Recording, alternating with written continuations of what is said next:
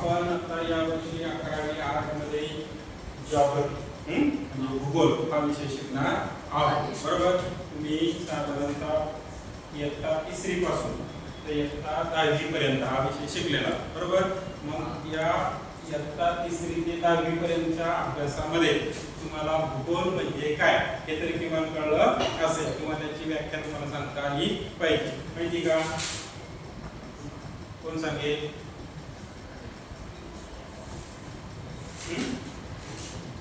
नाही माहिती? ठीक आहे, मग लक्ष द्या, मी सांगतो.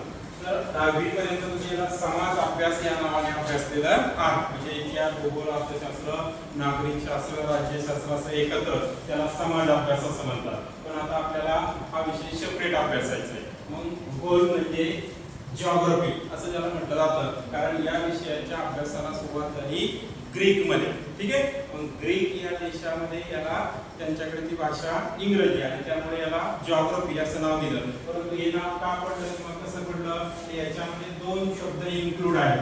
पहिला जो आहे जीईओ आणि सेकंड आहे ग्राफी. मग आता जीईओ म्हणजे काय? अर्थ. अर्थ म्हणजे पृथ्वी आणि ग्राफी म्हणजे डिस्क्रिप्शन. आणि डिस्क्रिप्शन म्हणजे काय? वर्णन. यावरून व्याख्या तयार होते. Description of earth means geography. मराठीमध्ये काय होईल? पृथ्वीचे वर्णन करणारा विषय म्हणजे भूगोल होय. लक्षात. मग यानुसार आपल्या विषयामध्ये काय अभ्यास केला जातो किंवा कशाचा अभ्यास केला जातो? काय लक्षात आलं? पृथ्वीचा. बरोबर. मग पृथ्वीचा अभ्यास करणारा विषय म्हणजे भूगोल होय अशी त्याची व्याख्या बनते. पण या व्याख्येनुसार आपल्या विषयाचा आपण जर पाहिलं तर पृथ्वीचा अभ्यास करणारा विषय म्हणजे भूगोल असं म्हटल्यानंतर पृथ्वीवर एक घटक आहे का?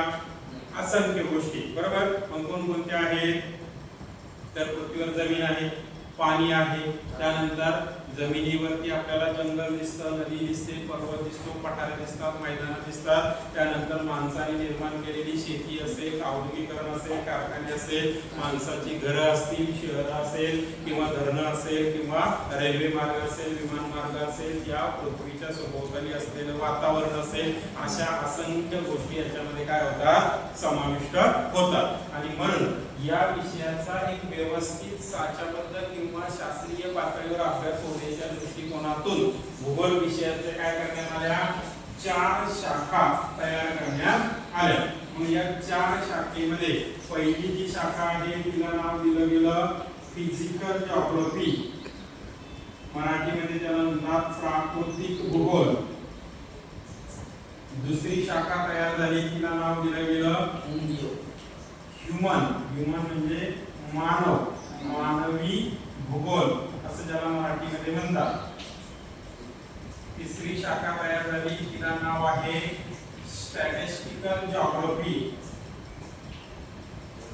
त्याला मराठीमध्ये संख्याशास्त्र भूगोल असं म्हणलं. आणि शेवटची जी शाखा आहे तिला ईव्हीएस म्हणजे एन्व्हायरमेंट सायन्स म्हणजे आपल्या भाषेत पर्यावरण. अशा 4 शाखा तयार करून पृथ्वीवरचा जेवढा काही सगळा अभ्यास आहे तो यामध्ये करण्याचा प्रयत्न करण्यात आला. मग त्यामध्ये पहिली जी शाखा होती तिला नाव दिलं गेलं प्राकृतिक भूगोल. प्राकृतिक भूगोल म्हणजे काय? त्याची व्याख्या काय होते? तर पृथ्वीवरील नैसर्गिक घटकाचा अभ्यास करणाऱ्या शाखेला प्राकृतिक भूगोल असे म्हणतात. म्हणजे या शाखेमध्ये फक्त पृथ्वीवर जे काही नैसर्गिक आहे त्याचाच अभ्यास केला जाईल असं ठरलं गेलं. त्यानंतर मानवी भूगोल. आता मानवी भूगोलाची काय व्याख्या केली गेली? तर मानव आणि निसर्ग यांच्या सहसंबंधातून निर्माण होणाऱ्या घटकांचा अभ्यास करणाऱ्या शाखेला मानवी भूगोल असे म्हणतात. मग याच्यामध्ये 2 गोष्टी, एक तर निसर्गता निर्माण झालेल्या गोष्टी आणि त्या गोष्टीवर मानवाने केलेली कृती.